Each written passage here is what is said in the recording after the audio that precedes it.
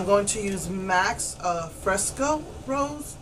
I bought this because I heard that MAC's Bear Study, I think it was, one of their paint pots was really good, and it was the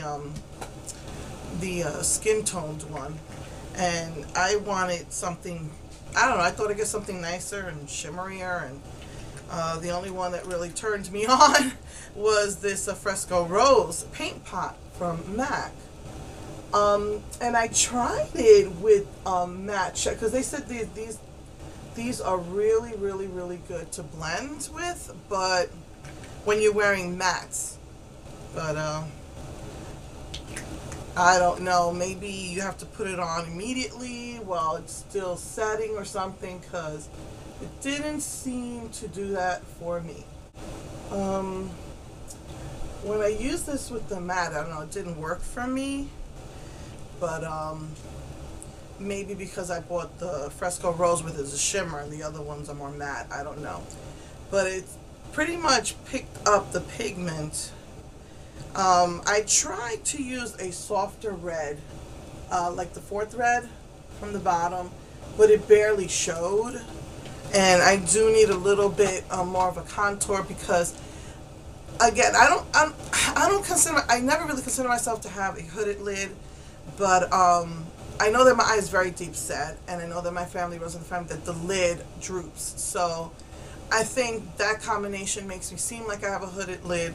I need a darker color in my crease. So I took the first red, the very top red. So if you want to soften that out, you can by putting a little bit more pink on top. I will be giving you a few tips. Well, I guess I could just share it now. If you want to soften out a color, you can put a lighter color underneath on the entire eye, so that when you put the darker color on, it will soften that out. It won't come out as intense. See, for older women, I really would not suggest putting any type of a base. A primer is one thing. It keeps the eyeshadow from fading out during the day. It also does help your makeup to pop a little, but most primers will be flesh tone, or because it's not there to add that pop. The bases that you put on, the colored bases, are what make that color pop and stand out more. So if you're looking for softer looks, I wouldn't suggest wearing any type of base at all. And if your makeup is pigmented enough, you might not even want to put a primer.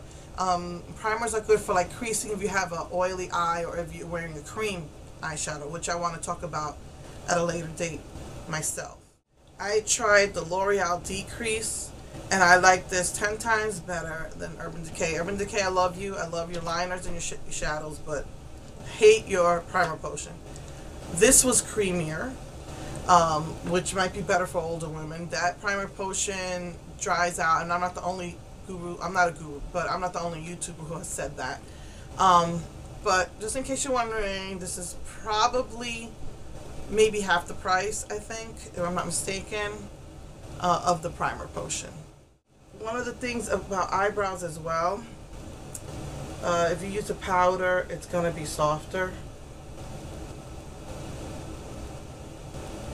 And if your eyebrows seem to be a little bit messy, which I have noticed mine, I bought a brow, you can buy a clear mascara. I know some companies sell brow gels, but honestly, I think it's the same thing. I mean, I bought the NYX Clear brow mascara, and I use that as a brow gel. So if you just want to get a drugstore brand of brow gel of clear mascara, that'll work. I also, have the Mary Kay one, and I don't know, I felt they were the same thing. This will help to keep them tame. I'm learning right along with everybody. Just like when I homeschool, I learn right along with my son. I see the mistakes after I make the video, and then I just try to find ways to improve it. I have Revlon, all of Revlon's